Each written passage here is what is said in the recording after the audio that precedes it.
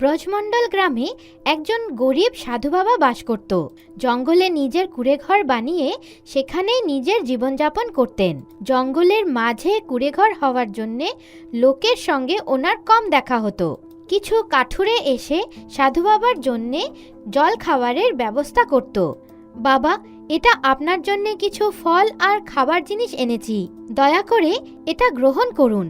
এটাকে এখানেই রেখে দাও বৎস, এখন আমি ধ্যানে বসবো, তারপরেই অন্য জল গ্রহণ করব। ঠিক আছে বাবা, ততক্ষণে আমি জঙ্গল থেকে কিছু কাঠ কেটে আনি। শুধু শুকনো গাছের কাঠে কেটো বৎস, গাছপালাতেও প্রাণ থাকে, তাদেরও ব্যথা লাগে। আমি এটার পুরো ধ্যান রাখবো বাবা। ঠিক আছে, যাও বৎস, তোমার কল্যাণ হোক। কাঠুরে ভোগের জন্য যা ফল আর খাবার দিয়েছিল তাতে কিশমিশও রাখা ছিল। সাধু বাবা ভগবানকে ভোগ লাগানোর জন্যে ওই কিশমিশের ব্যবহার করল আর ধ্যানে বসে গেলেন।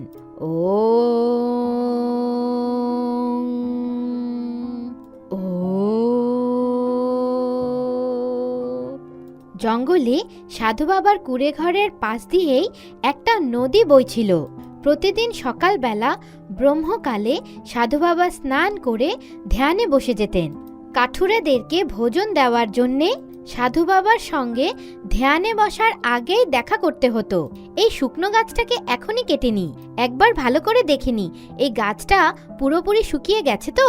কাঠুরে গাছটাকে দেখতে লাগলো কি তখনই ও গাছের একটা ডালে সবুজ পাতা দেখতে পেল। আরে, এই গাছটাতে তো একটা সবুজ পাতা দেখা যাচ্ছে, কিন্তু একটা সবুজ পাতা দিয়ে কি হবে? এই গাছটা তো পুরোপুরি শুকিয়ে গেছে, আমি এটাকে কেটে নিই, তারপরে সাধু বাবার কাছেও যাব, ততক্ষণে ওনার ধ্যানও পূরণ হয়ে যাবে। কিন্তু এটা কাটছে না কেন? আমার কুলারিতে তো পুরো ধার আছে এই গাছটাকে কাটার মতন। কাঠুরে বারবার চেষ্টা করছিল, কিন্তু ওই শুকনো গাছটাকে কাটতে অসমর্থ হচ্ছিল। এখন আর চেষ্টা করব না, এই গাছটা আমার দ্বারা কাটা যাচ্ছে না। যাই, কিছুক্ষণ সাধু বাবার কাছে গিয়ে বসে বিশ্রাম নেই, ওনার কাছেই এই গাছটাকে কাটার উপায় জিজ্ঞেস করি। সূর্য মাথার ওপর ছিল। নদীর থেকে ঠান্ডা জল নিয়ে কাঠুরে সাধু বাবার কাছে ওনার কুঁড়েঘরে গিয়ে বসে পড়ল। সাধু বাবার জয় হোক। আসো বৎস, কাঠ কাটতে পারোনি তাই না? আপনি তো অন্তর্যামী সাধু বাবা, আপনি কেমন করে জানলেন কি আমি কাঠ কাটতে পারিনি? যখন আমি ধ্যানে বসেছিলাম তখন তোমার দেওয়া কিশমিশের প্রসাদ ভগবানের সম্মুখে ভোগের স্বরূপ রেখেছিলাম। ভগবান তোমার এই কিশমিশ প্রসাদকে গ্রহণ করে আমাকে তোমার জীবন দেখাচ্ছিলেন। হ্যাঁ, আপনি তো সব জানেন বাবা, আপনি বলে দিন আমি ওই গাছটা কেন কাটতে পারিনি?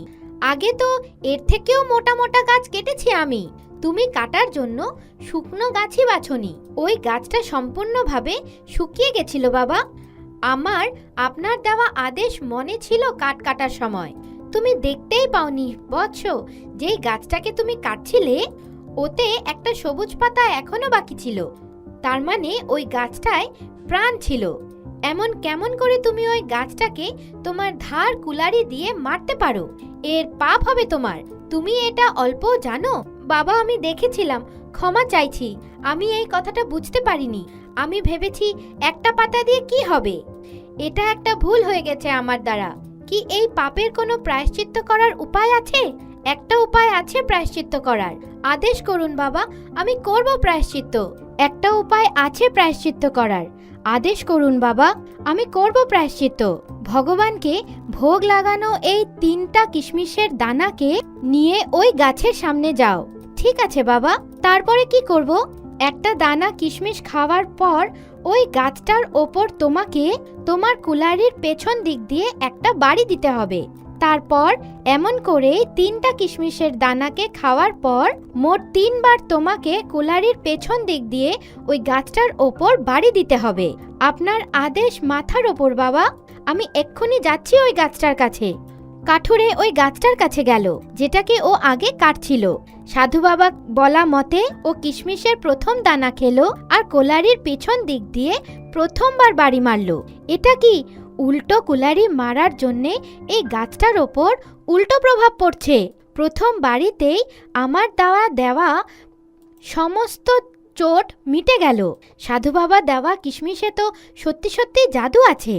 কাঠুরে দ্বিতীয় কিশমিশ খেলো, দ্বিতীয়বার ওই গাছের ওপর উল্টো বাড়ি দিল আহ, গাছের সবুজ ছাল তো ফিরে এসেছে। কাঠুরের মনে নিজের দ্বারা করা পাপের প্রায়শ্চিত্ত হচ্ছিল। ও সম্পূর্ণ উৎসাহর সঙ্গে তৃতীয় কিশমিশ খেলো আর উল্টো কুলারির বাড়ি শেষবারের জন্য মারল। শেষবারের বাড়ির দৃশ্য দেখে কাঠুরের মুখ থেকে চিৎকার বেরিয়ে গেল, সাধু বাবার জয় হোক, সাধু বাবার জাদুই কিশমিশের জয় হোক। আমার মতন গরিবকে পাপ আর প্রায়শ্চিত্তের আসল রূপ দেখিয়ে দিলেন। একটা বুড়ো গাছের সঙ্গে আমার দ্বারা করা পাপকে এমনভাবে মুছে দিল কি ওই বুড়ো গাছটার প্রাণ ফিরে আসলো। এখন এই বুড়ো গাছটা নিজের সবুজ ডালপালা আর পাতার সঙ্গে কি সুন্দর করে বেড়ে আছে।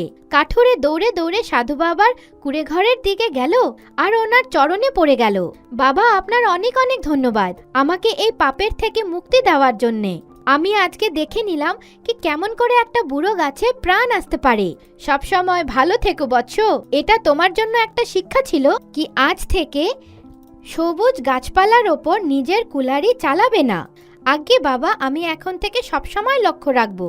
এরকম করে ওই গরিব কাঠুরের দ্বারা খাওয়া জাদুই কিশমিশের জন্যে একটা বুড়ো গাছে প্রাণ ফিরে আসলো আর কাঠুরে সবুজ গাছের ওপরে কুলারি চালানো বন্ধ করে দিল আর তার সঙ্গেই নতুন নতুন গাছপালা লাগানোও আরম্ভ করে দিল।